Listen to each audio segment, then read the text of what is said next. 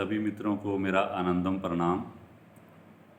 दोस्तों, हमारा ये जो शरीर है ये 5 तत्वों से बना हुआ है। अग्नि, वायु, आकाश, पृथ्वी और जल। जब हमारे शरीर में पांचों तत्व बैलेंस में रहते हैं, उचित मात्रा में रहते हैं, तो हमारा शरीर स्वस्थ रहता है। और अगर पांचों तत्वों में कोई एक तत्व कम या ज़्यादा हो गया तो हमारा शरीर बीमार होना शुरू हो जाता है। तो इन पांचों तत्वों को हम कैसे बैलेंस रख सकें, कैसे सही मात्रा में रख सकें, ये सारी विधियां आनंदम में सिखाई जाती हैं। आनंदम में वहाँ प्रैक्टिकल इसका अभ्यास करवाया जाता है। एक तो हमारा ये मांस हड्डी का शरीर है। बहुत ज़्यादातर लोग इस 5 तत्व के शरीर, मांस हड्डी के बने हुए स्थूल शरीर को ही अपना होना मान लेते हैं, और ये भी एक दुख का कारण है। इस 5 तत्व के शरीर में हमारा एक और सूक्ष्म शरीर है जो ऊर्जा का बना हुआ है, एनर्जी का बना हुआ है।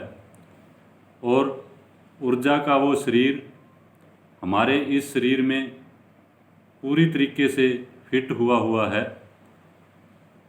700 बिंदुओं पर हमारा वो ऊर्जा शरीर इस स्थूल शरीर को टच करता है, जोड़ करके रखता है। जैसे आपने पुराने समय में देखा होगा, रजाई भरी जाती थी रुई से, कपड़े में रुई भर के उसको सिला जाता था, तो धागे से आर पार उसको पिरोया जाता था ताकि वो रुई इकट्ठी ना हो, समान बनी रहे।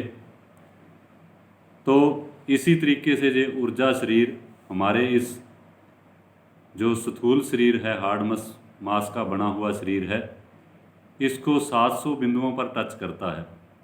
और जहाँ जहाँ से ऊर्जा शरीर के उन बिंदुओं की पकड़ कम होती जाती है, वहाँ वहाँ से हमारा शरीर बीमार होना शुरू हो जाता है।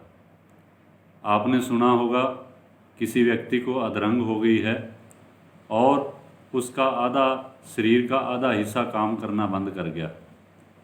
जब डॉक्टर के पास जाते हैं, चेकअप करवाते हैं, तो लगभग उसका जो है शरीर ठीक होता है, सही होता है, उसमें खून का चलना और जो भी चीज़ें हैं उसमें ठीक से चल रही होती हैं।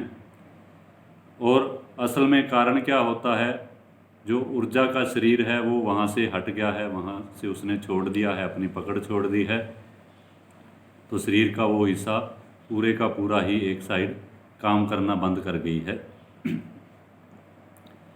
तो हमारे ऋषि मुनियों ने, पीरों फकीरों ने जो गहन खोज की, 700 बिंदुओं पर हमारा वो ऊर्जा शरीर, इस शरीर को जहाँ टच करता है, तो उनको कैसे एक्टिव किया जाए, जो असक्रिय हो गए हैं बिंदु उनको कैसे सक्रिय किया जाए, उन्होंने खोज की।